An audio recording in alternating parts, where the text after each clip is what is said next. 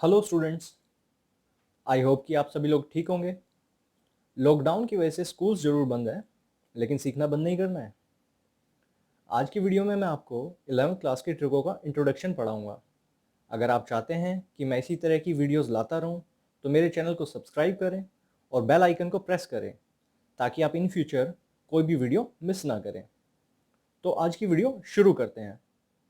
11th की ट्रिकों को पढ़ने के लिए पहले एंगल के बारे में डिटेल में जानना ज़रूरी है।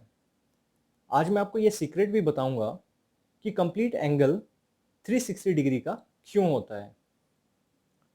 सबसे पहले यही बात करते हैं कि एंगल होता क्या है, एंगल की डेफिनेशन क्या है। आप सोच रहे होंगे कि एंगल क्या है, ये तो मुझे पता है, लेकिन इसको डिफाइन कैसे करूं। चलिए मैं आपको एंगल की डेफिनेशन बता देता हूं। Angle is a measure of rotation. मैं यहां लिख भी रहा हूं, angle is a measure of rotation. तो जो कंप्लीट एंगल है, जो कंप्लीट रोटेशन है, उसको 360 डिग्री का माना जाता है। अगर हम हाफ रोटेशन की बात करें तो 180 डिग्री का हो जाएगा। अगर हम उस 180 का भी हाफ कर दें तो वो 90 डिग्री की रोटेशन हो जाएगी। इसी तरीके से हमारे पास यहाँ सारे एंगल्स डिफाइन है। तो एंगल की डेफिनेशन क्या है? Angle is a measure of rotation. आपको एंगल की डेफिनेशन बताने वाला अगर मैं पहला टीचर हूं, तो इस वीडियो के लिए और मेरे लिए एक लाइक तो बनता है। सबसे पहले तो आप यही समझ लें कि 10th क्लास तक आपने जो एंगल पढ़ा है, 11th में आने वाला एंगल उससे थोड़ा अलग है। क्या 10th क्लास तक आपने नेगेटिव एंगल पढ़ा है? जी नहीं, क्योंकि 10th क्लास तक एंगल सिर्फ पॉजिटिव होता था। 11th में एंगल पॉजिटिव भी होगा और नेगेटिव भी होगा। ये डायरेक्शन ऑफ मेजरमेंट पे डिपेंड करता है। तो देखिए, डायरेक्शन ऑफ मेजरमेंट पे एंगल का पॉजिटिव होना या नेगेटिव होना कैसे डिपेंड करता है। मैंने यहाँ पे दो एंगल्स बनाए हैं। ये दोनों एंगल्स मैंने अप्रोक्सीमेटली 60 डिग्रीज के बनाए हैं। तो देखिए, यहाँ पर एक एंगल हो गया ABC, और मैं इसको भी लेबल कर देता हूँ PQR। तो अब ये जो एंगल है, इसमें अगर मैं इसको इनिशियल आर्म कंसीडर करूं AB को, और BC को टर्मिनल आर्म कंसीडर करूं, तो इसका मतलब मैं एंगल ऑफ रोटेशन ऐसे रखने वाला हूं। AB से स्टार्ट करूंगा मैं एंगल मेजर करना और BC तक। तो यानी कि ये जो डायरेक्शन हो गई मेजरमेंट की, ये हो गई क्लॉकवाइज। क्लॉकवाइज मतलब जैसे घड़ी की सुइयां घूमती है ना, वैसे क्लॉकवाइज। तो आप याद रखना, अब से हम क्लॉकवाइज डायरेक्शन ऑफ मेजरमेंट को नेगेटिव मानेंगे 11th क्लास में। और अगर इनिशियल आर्म हमारी ये होती है और टर्मिनल आर्म ये होगी, तो इसका मतलब हम एंगल ऐसे मेजर कर रहे हैं। तो ये वाली जो डायरेक्शन होगी वो पॉजिटिव। तो इसका मतलब यहाँ वाला एंगल -60 डिग्री कंसीडर किया जाएगा और यहाँ वाला एंगल नॉर्मली पॉजिटिव 60 डिग्री। तो एंटी क्लॉकवाइज डायरेक्शन होगी यहाँ से हमारे पास पॉजिटिव। जब से आपने एंगल को पढ़ना शुरू किया, तभी से आप एंगल को डिग्रीज में मेजर करते आ रहे हैं। पर क्या आप डिग्री को अच्छे से जानते हैं? 1 डिग्री एंगल कितना होता है? मैथ्स में 1 डिग्री की भी डेफिनेशन है। चलो ये बताओ कि 1 डिग्री के एंगल से 360 डिग्री आया या 360 डिग्री से 1 डिग्री आया? ये तो कुछ वैसा ही सवाल हो गया कि पहले मुर्गी आई या अंडा। मैं आपको बता देता हूं कि पहले 360 डिग्री आया। कंप्लीट रोटेशन को 360 डिग्री माना गया और उसका 360th पार्ट यानी 360वां हिस्सा 1 डिग्री का एंगल हो गया। तो 1 डिग्री की डेफिनेशन है यहां से, 1 degree is 360th part of one complete rotation। अब जैसे मीटर का छोटा वर्जन सेंटीमीटर होता है और किलोमीटर का छोटा वर्जन मीटर होता है, वैसे ही 1 डिग्री का छोटा वर्जन 1 मिनट होता है। 1 डिग्री के अगर 60 बराबर हिस्से किए जाए तो 1 मिनट मिलेगा। 1 मिनट हम ऐसे लिखते हैं, 1 लिख के डैश लगा देंगे। तो यहाँ पे 1 डिग्री और मिनट्स के बीच में क्या रिलेशन होगी? 1 डिग्री इक्वल्स टू 60 मिनट्स। और ऐसे ही हम अगर 1 मिनट के भी 60 बराबर हिस्से कर दें तो हमें मिल जाएगा 1 सेकेंड। सेकेंड कैसे लिखेंगे? 1 डबल डैश, सेकेंड्स लिखने के लिए डबल डैश यूज़ करेंगे। तो यहाँ से हमारे पास मिनट और सेकेंड्स के बीच में क्या रिलेशन आ जाएगी, 1 मिनट इक्वल्स टू 60 सेकेंड्स। दोनों की डेफिनेशन भी मैंने यहाँ लिख दी है। 1 minute is 60th part of 1 degree and 1 second is 60th part of 1 minute. अब इस वीडियो के सबसे इंटरेस्टिंग पार्ट की तरफ चलते हैं, सीक्रेट ऑफ 360 डिग्रीज। मैंने आज ही आपको बताया कि कंप्लीट रोटेशन को 360 डिग्रीज मान लिया गया। तो आपके माइंड में शायद ये सवाल आया होगा कि कंप्लीट रोटेशन को 360 डिग्री ही क्यों माना गया। 400 डिग्री मान लेते तो कितना अच्छा रहता, कैलकुलेशन भी आसान हो जाती और राइट एंगल भी 100 डिग्री का बन जाता। कंप्लीट रोटेशन को 360 डिग्री मानने का कारण है 360 के बहुत सारे फैक्टर्स का होना। Factors of 360 up to 10। हम देखते हैं 10 तक 360 के कितने फैक्टर्स हैं। क्या 1 फैक्टर है? हाँ जी, 1 2 3 4 5 6 7 8 9 10। बस एक यहाँ से 7 जो है वो 360 का फैक्टर नहीं होगा। तो 10 तक ही इसके इतने सारे फैक्टर्स मिल गए। 360 के फैक्टर्स मैं आपको बता देता हूँ 1000 से भी ज़्यादा है। आप सोच रहे होंगे कि इससे क्या फ़र्क पड़ता है। बिल्कुल फ़र्क पड़ता है, क्योंकि 360 के इतने सारे फैक्टर्स हैं, इसीलिए हम कंपास की हेल्प से इतने सारे एंगल्स कंस्ट्रक्ट कर सकते हैं। अगर 360 की जगह कोई और नंबर लिया होता तो इतने एंगल्स हम नहीं बना पाते। अब जैसे लेंथ को मेजर करने के लिए अलग अलग यूनिट्स होती हैं, मीटर्स या फुट, वेट के लिए किलोग्राम या पाउंड्स, वैसे ही एंगल के लिए भी डिग्रीज के अलावा एक यूनिट होती है, रेडियंस। तो समझते हैं कि रेडियन मेजर क्या होता है। रेडियन की डेफिनेशन होती है 1 radian is the angle subtended at the centre of a unit circle by a unit arc. तो यूनिट सर्कल क्या होता है? यूनिट सर्कल एक ऐसा सर्कल होगा जिसकी रेडियस 1 यूनिट हो।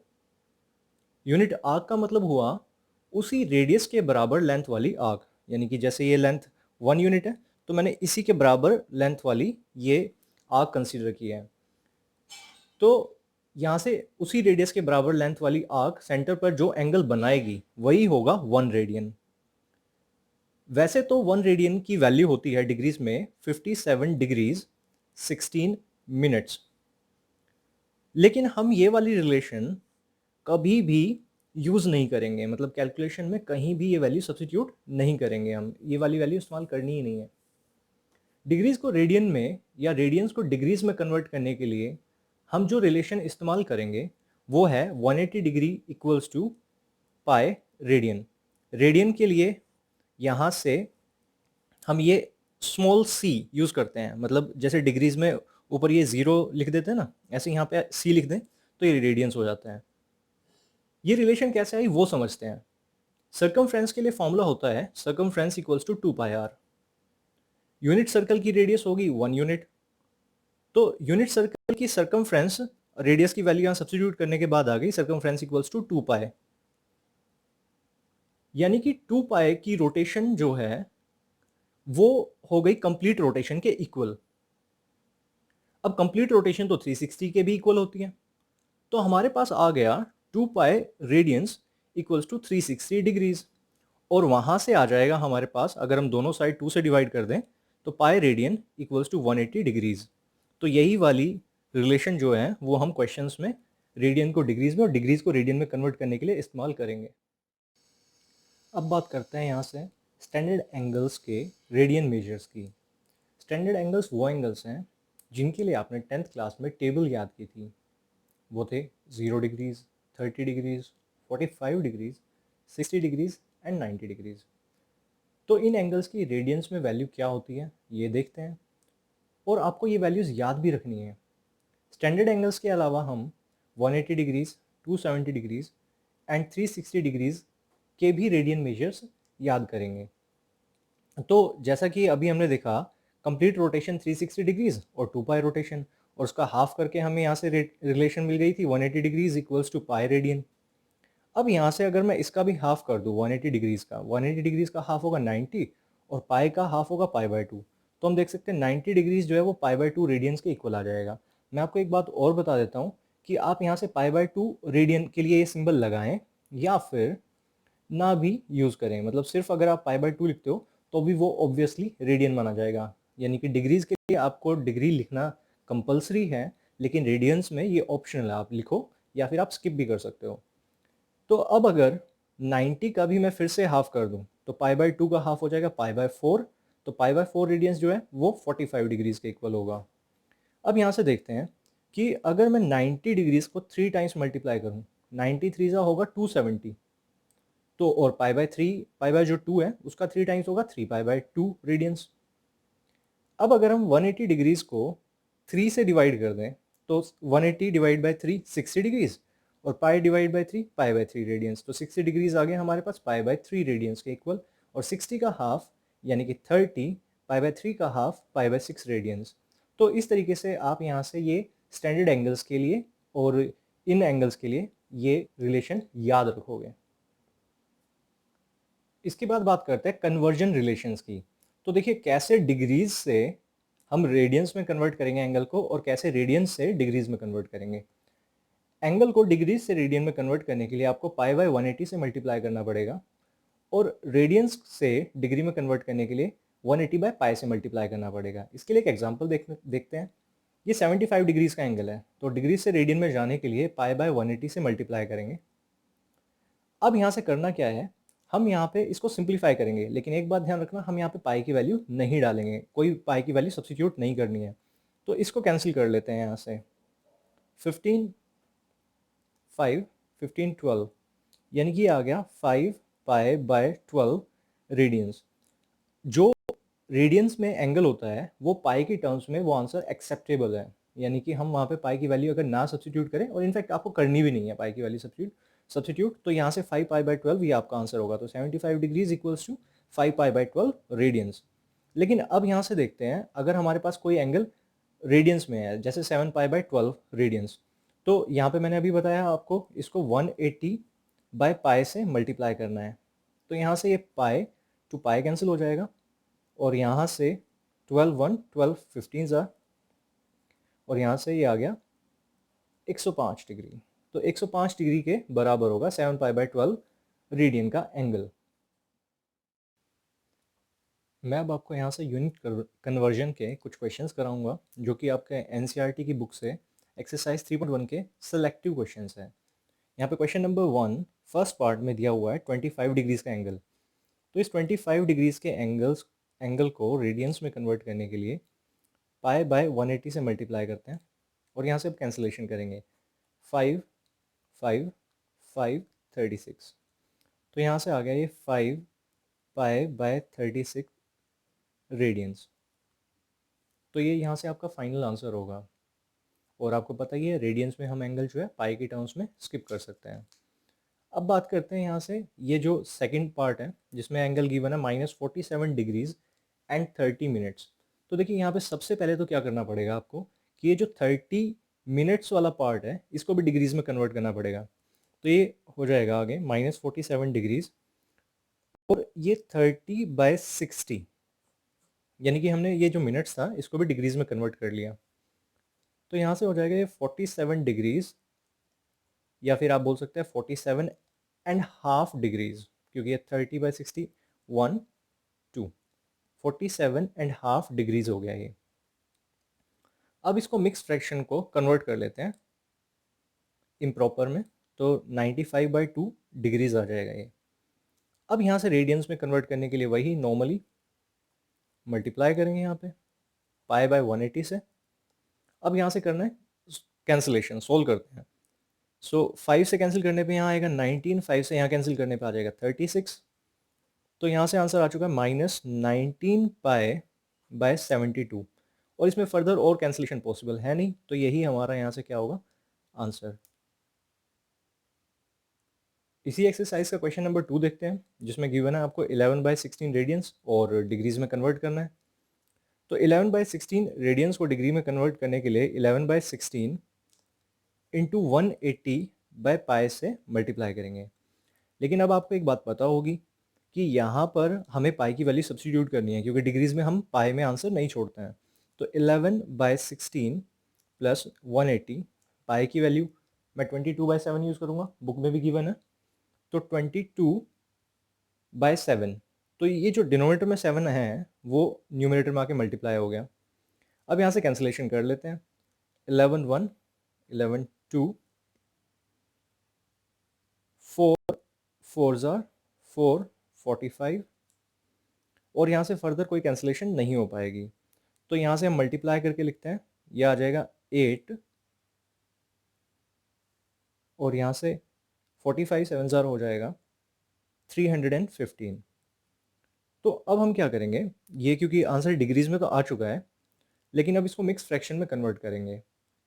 लॉन्ग डिवीजन से मिक्स फ्रैक्शन में कन्वर्ट करने के बाद यहाँ से आएगा 35 एंड 5/8।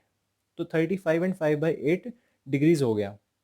लेकिन अभी हमें करना क्या है, इस 35 एंड 5/8 में ये जो 5/8 वाला पार्ट है इसको हम मल्टीप्लाई कर देंगे यहाँ पे 60 से, ताकि ये मिनट्स में कन्वर्ट हो जाए। तो यहाँ से मैं इस वाले फैक्टर को 35 एंड 5/8 इस वाले फैक्टर को सिंप्लीफाई करके लिखता हूँ।